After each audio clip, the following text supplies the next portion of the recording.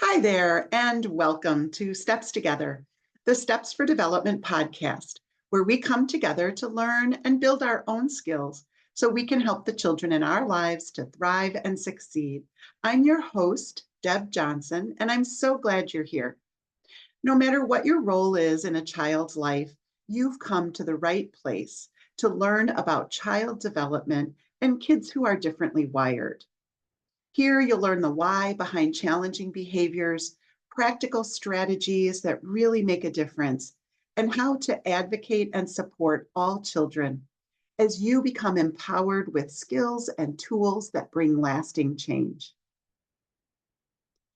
Today, I want to talk more about self-regulation. And I am just going to start by saying, you are probably thinking about self-regulation in the wrong way. I'm just going to say it, and I'm going to say it again. Chances are you are thinking about self-regulation in the wrong way. And the reason I say that is because there are so many programs out there that are helping caregivers, adults, learn how to teach self-regulation. And in my opinion, those programs make it seem like self-regulation is the goal. Always be well-regulated. The goal is you are always calm and you know how to be calm, and calm is the ideal state. I think this is really important to talk about because self-regulation is such a hot topic right now. We are seeing more and more children in preschool, kindergarten, first, second grade, children that are really dysregulated. We're seeing challenges with, middle school and high school students struggling with their self-regulation and coping strategies. And there just feels like there's a whole lot of anxiety in our world right now. And all of us have this goal to just be calm and collected. And even myself, I've done a couple of episodes here where I talked about how important it is for you as the adult to stay calm and objective. And today, I just really want to talk about the realities of what self-regulation is and to help you see this concept in a different way. I think that if you view it not as the destination, but as a journey, that self-regulation in and of itself is a journey that we are all on throughout our lives and through every day. I think that's going to really help us to be able to focus on our own self-regulation journey, as well as how do we best support the children that we are raising, teaching, working with, just all the children in our lives. So first, I just want to touch on some of the programs that are out there. I'm not going to talk about all of them, but just in generalities. So one of the oldest models of self-regulation that I'm familiar with is called the ALERT program. It's also known as How Does Your Engine Run? And it's an excellent program. I love it. It's something that I learned decades ago. It's, like I said, it's been around for a long time.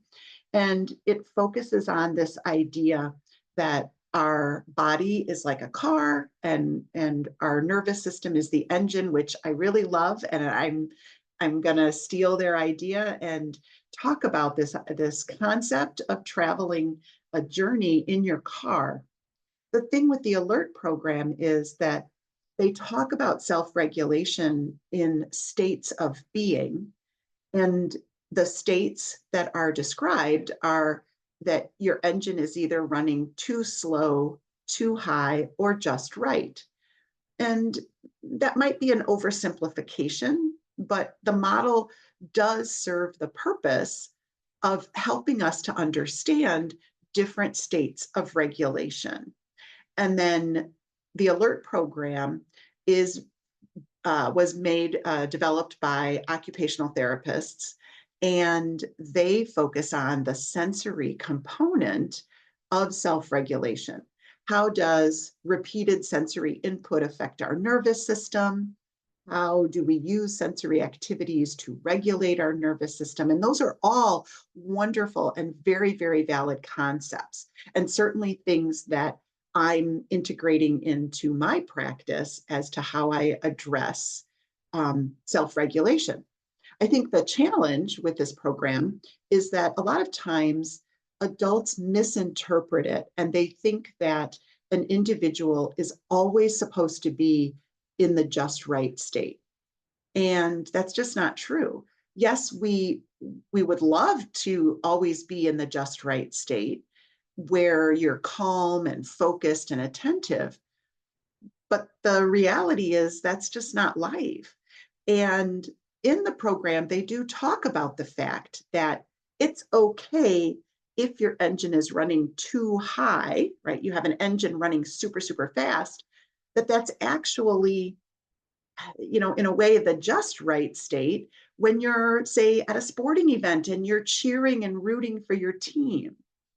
So then we get into this terminology where it's like, okay, well, if it's okay to be escalated and excited at a sporting event, does that now become the just right state for the sporting event? Or do we still say that your engine is running high? Right? We could get into sort of some theoretical or philosophical discussions in that regard. But my point here is that while the ALERT program has a whole lot of validity and excellent ideas, we don't want to misinterpret these ideas as being the just right state is where we always want to be. Likewise, the zones of regulation program, where we look at our state of regulation across 4 different aspects. We look at the blue zone, the green zone, the yellow zone, and the red zone. So now we have a little bit more delineation of self-regulation. Again, the challenge is many people think that the child is always supposed to be on green. Now, the program even talks about our goal is how do we get to green? How do we get to this green, calm, quiet, ready state for learning kind of idea? And again, this is great because we do need to be in that. We want to be in that ready state. But the reality is we float between all 4 of those zones, and we do that on a daily basis. So we don't want to get so caught up in the idea that the green zone is where we need to be all the time. And we need to recognize the variability in our regulation and that it's normal and typical. Sometimes I'm in the red zone. I have days where I am absolutely in the red zone. And it might even be appropriate for the situation that I'm in the red zone. And the zones are sometimes a little confusing to me because the red zone can be super excited and happy and like I am over the top, really cheering my team on. And again, is that then appropriate for the sporting event? Is it appropriate to the situation? So there's just some challenges with the concepts. Again, a lot of good validity, in my opinion, for how to teach the concepts of self-regulation. But it's, I think, too easy with these kind of curricula, like the zones or the ALERT program, to get caught up in thinking your child has to always be in a specific mode of regulation. Now, another program called social thinking, this is more of a cognitive kind of program. It was developed by a speech language pathologist, I believe, and some of the aspects of social thinking are combined into zones of regulation. Social thinking uses a superhero analogy, and it talks about where your cognitive mindset is. So there are these superhero characters inside the social thinking program. And those characters are things like Rock Brain or Glass Man. And Rock Brain is super, super rigid and can't be very flexible in his thinking. Glass Man explodes, he just shatters when things are too much. And the ideal in the social thinking model is to be super flex, to be this flexible and adaptable superhero. And we use this. I use this in my practice in OT. I use it to help children understand their cognitive mindset. It is extremely helpful, very valid, and excellent program. But again, with this kind of a model, what we are thinking about is how to get the child to superflex. They should always be flexible, right? And so when they're exhibiting characteristics of Rock Man, we want to shift them to superflex. And our focus is not on recognizing that they're a little rigid and trying to take their perspective about the rigidity. Our focus is on how do we move them to be superflex? That's the ideal. And it just isn't the reality, because there are some times when I do not bring Superflex to work with me. I'm a little bit more rigid. I'm digging in my heels. I'm saying, nope, this is the way I need this to be today. And that's okay. There are times when that is perfectly okay. The last approach I want to talk about is the concept of mindfulness and self-awareness. This is another really big type of curriculum that's out there where we are teaching meditation, mindfulness, body awareness, those kinds of things. Teaching children how to take a breath, monitor their heart rate, get their mantra, find a Zen state. And again, this is a very, very valid approach, absolutely valid. Mindfulness is well researched, and the evidence is very, very clear that being able to practice mindfulness helps us. It helps lower blood pressure, it lowers heart rate, it improves our positive outlook, it helps us develop a growth mindset that we can, in fact, master things, that we can learn. So very, very good benefits of mindfulness. The challenge, again, is if we misinterpret this curriculum and we start to think of being in the Zen state and always being calm and always taking things easily, that is the ideal and the typical. It just is not. The reality of self-regulation is that it is a roller coaster. It is, traveling different roads with different hills and obstacles, mountains, speed bumps, right?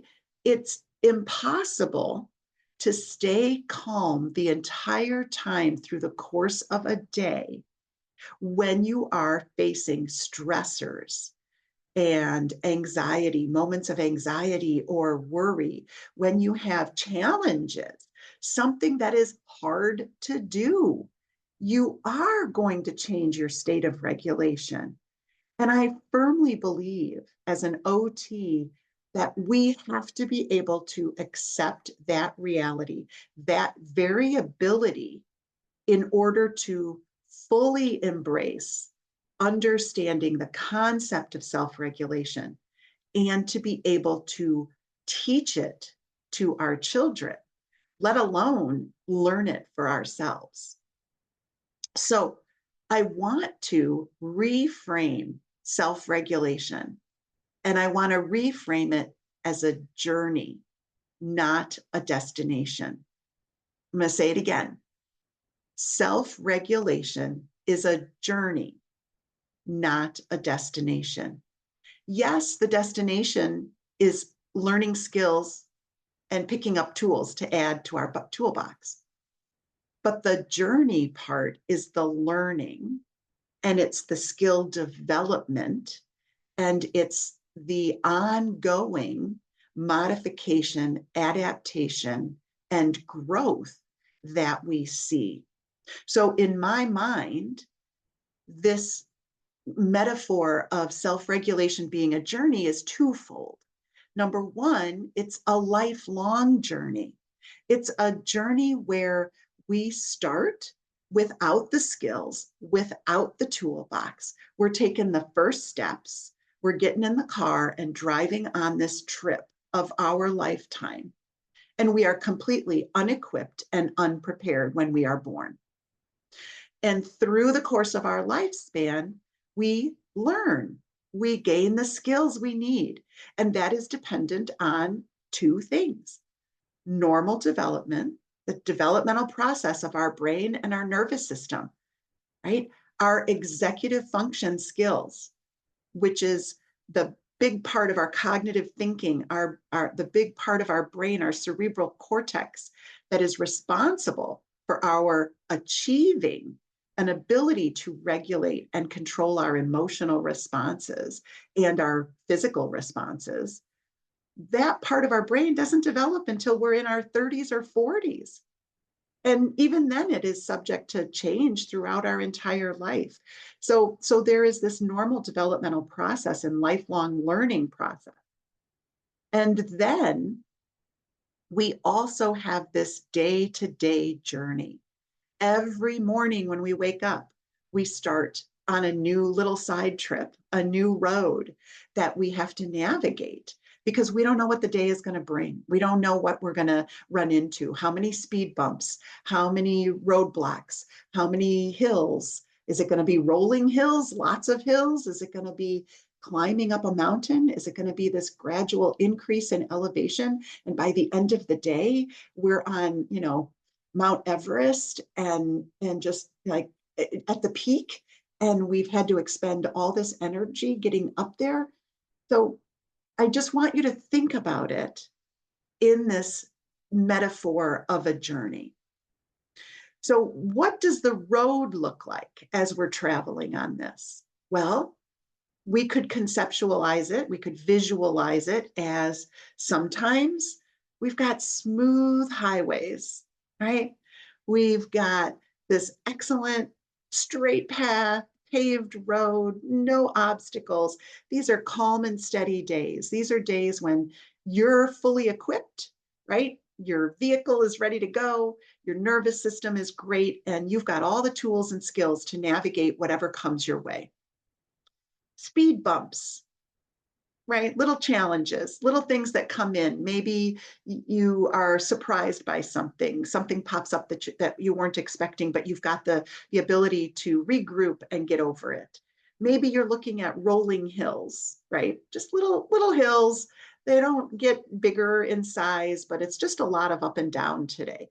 So you have to maintain your toolkit, right? Got to maintain your vehicle, yourself, your nervous system, and you need to be able to have the energy and the horsepower, right, to get up and down these hills, to do it effectively, and to finish your day, hopefully, on a smooth highway where you can settle down and get a good night's sleep. And then sometimes we face these huge mountains.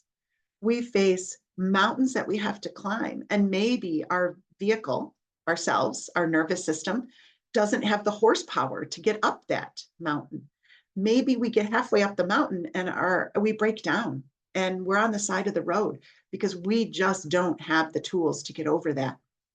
That's going to be true for you as much as the child, right? As an adult, I sometimes hit these roadblocks, these tall, big mountains, and I just can't. I don't have it.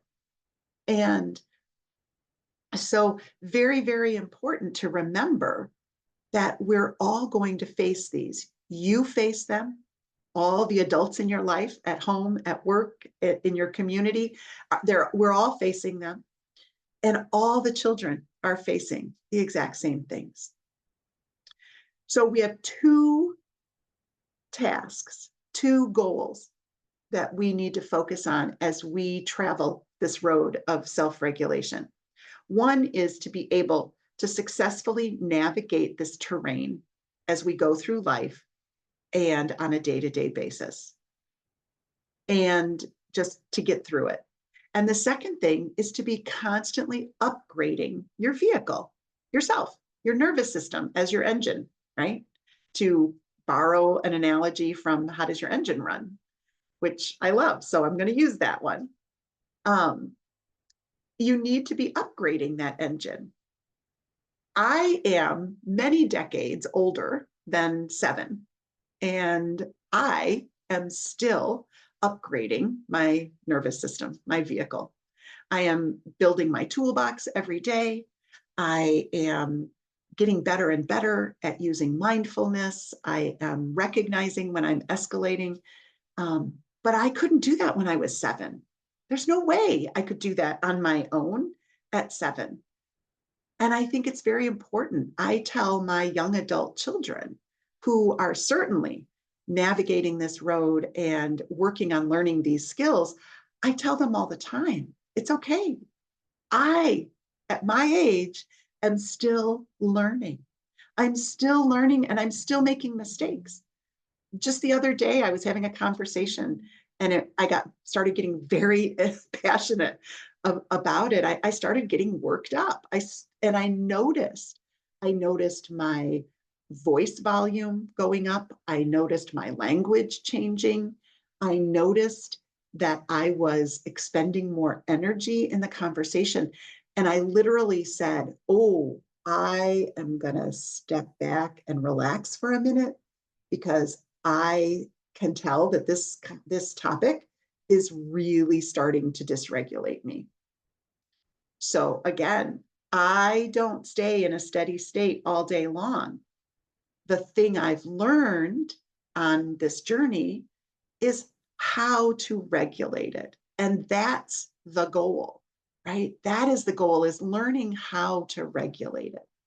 So remember that this variability is just all part of the journey. So how do we help our children on this journey? All right, I want you to think about the children in your lives, starting as newborn babies, totally ill-equipped, not equipped. They're coming out of this lovely protective environment and being pushed out into onto the earth, into this like sensory overload, and their nervous system is raw and needs to learn and take in sensory input and figure out how to respond, and that brain needs to develop. So their engine is really just starting from scratch. So we need to help children learn how to drive, right? Let's use that as our analogy. Think about it. You don't give a 5-year-old a driver's license to get behind the wheel of a car because their brain hasn't developed enough. They don't have the physical skills. They don't have the cognitive skills. And we need to remember, when children come against challenging tasks, their brain hasn't fully developed to regulate those emotional responses. They're going to get frustrated and they don't know what to do with that frustration. And it's our job to teach them. So think about yourself as the driving instructor, and think about yourself as roadside assistance. So when your child breaks down on the side of the road in this journey, you need to be there to co-regulate, to guide, and to teach, right? So I hope this is making some sense. What does it mean in practice? It means you, through your life, you are going to be engaging in lifelong learning for yourself. That you as the adult are learning how to develop your own toolkit, expand it for yourself, not just for your child. You're going to model for your child how to navigate those tough roads, the same way you would if you were teaching your 15-year-old with a learner's permit how to drive. You're going to teach them how to drive safely on an icy road. That's what we need to do with self-regulation. We're going to provide emergency support. If your new driver goes out and gets a flat tire and they call home, I'm stranded. The car has a flat tire. You would jump in your car and you'd go meet them and change the tire. Or you'd show them how to change the tire, right? I've talked before about my goal is to teach you how to fish. I'm going to give you a fishing rod and I'm going to show you how to solve these problems. That's what we want to do for our children. Let's give them the fishing pole and let's teach them how to fish. That's our goal. And the same thing, if we think about it in this analogy of this journey of self-regulation, let's give them the tools. Let's build that emergency kit that they can stick in their trunk and take with them as they grow and develop. But let's make sure we teach them how to use the tools. And we can do that by modeling. We can do that by showing them how we regulate on our own daily and lifelong journey of self-regulation. Why does this matter? Why does thinking about self-regulation as a journey matter? I think it matters because it shifts our perspective from thinking that we should be calm all the time to and that our children should be calm and well-regulated and in the green zone all the time. It shifts us from that perspective to being able to accept the variability. And that allows us to stop beating ourselves up when we go into the red zone. Stop beating ourselves up if we ramped up and we got frustrated and flustered or we got angry. Give yourself grace. Those are normal human emotions. They're normal responses to certain situations. So we don't want to overemphasize the calm, ready, alert state. And we want to be accepting of the variability. Thinking of it as a journey means we can shift from the frustration of, why can't you just stay calm? Why can't you just relax? To a sense of curiosity where we say, what's going on my road? Like, what kind of road did I just come upon, right? The other day when I said that I was getting a little excited, a little too passionate, a little too emotional about this topic, I was thinking about this analogy and I said, whoa, I was going down one road in this conversation and I took the wrong exit. And that might be a good way to think about it, right? That we were doing something and it seemed like we were headed down the right path and we were on the right road. And then all of a sudden, or maybe gradually, we noticed, oops, we're taking a side trip. We're a little dysregulated. And we can get curious about that. How did we miss the exit we wanted? Or how did we take this exit? Was this a speed bump? How do I need to respond? This is where the steps for development, problem solving, this thinking like a therapist comes into play, this curiosity of, oops, what happened? And what can we learn from it so that we can do better next time? We can be more prepared. How can we prepare our emergency toolkit, right? And have more in our trunk to support us on this journey. Questions you can ask yourself when you see your child really struggling with bumps or hills or mountains is to ask yourself, what are my child's roads looking like these days? Maybe your child has had mountain after mountain after mountain. Maybe your child woke up on the peak of a mountain. Maybe your child is going on these hills with that are like terrains, right? Like these step terrains where we're constantly just gaining elevation through the course of the day.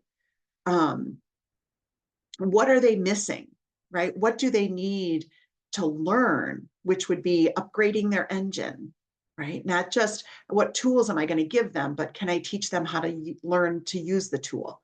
And then, of course, what kind of emergency support can you give? What kind of roadside assistance, right? You're going to be the auto club, and you're going to jump in on their journey, and you're going to be the driving instructor in the seat next to them. You're going to be the tow truck that comes in when they need you. And you're going to need to work on your own journey as much as your child's in order to be able to be present and be that roadside assistance in an effective manner. All right, let's wrap this up for today. I want to just remind you the key takeaway here. Self-regulation is a journey, not a destination. It's not a finish line to cross. It's not something that we ever really complete, because we are constantly learning through our whole lifespan. We all travel this road. We all have the variability in the roads that we're traveling, coming upon speed bumps, hills, mountains, toll booths, right? We run out of gas, like all the things that you can think of that are, that are analogous to traveling a highway, traveling this road. And sometimes it's very smooth and sometimes it isn't. And I just want you to know that that's okay. So be patient with this process. Celebrate the growth and the repair, not perfection. Celebrate the learning, the traveling, how far you've come, because it's always possible to look back and see the progress, because we are always moving forward developmentally, physically, cognitively, emotionally. We're all moving forward. So look back and see the progress. Don't stay so focused on some future goal or future destination. And keep learning for yourself, building your own toolkit while you also help your child to learn and build their own toolkit, and give them time to become competent drivers. It does not happen overnight. It takes practice and patience.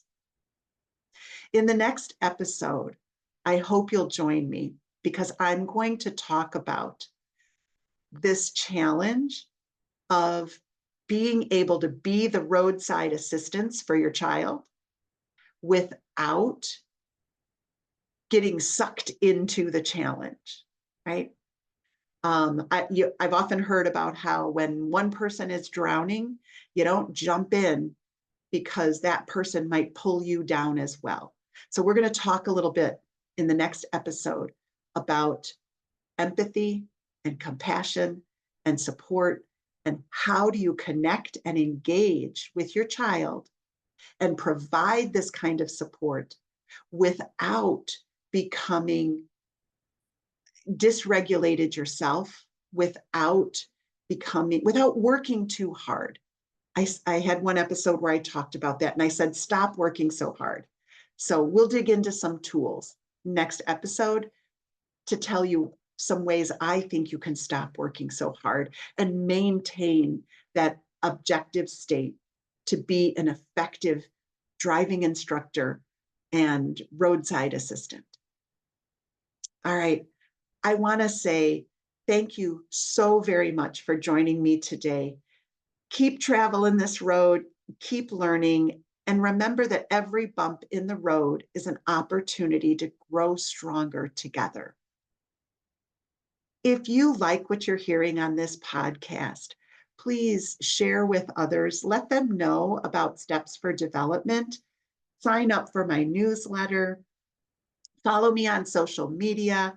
Drop me a message. Tell me if this information is helpful. I'd love to hear about your successes, and I would love to help you through some one-on-one support. I'd love to just guide you on this journey. So if you're looking for more support, absolutely send me a message. You can reach out to me directly at Deborah@stepsfordevelopment.com. So thanks for joining me today. Until next time, bye for now.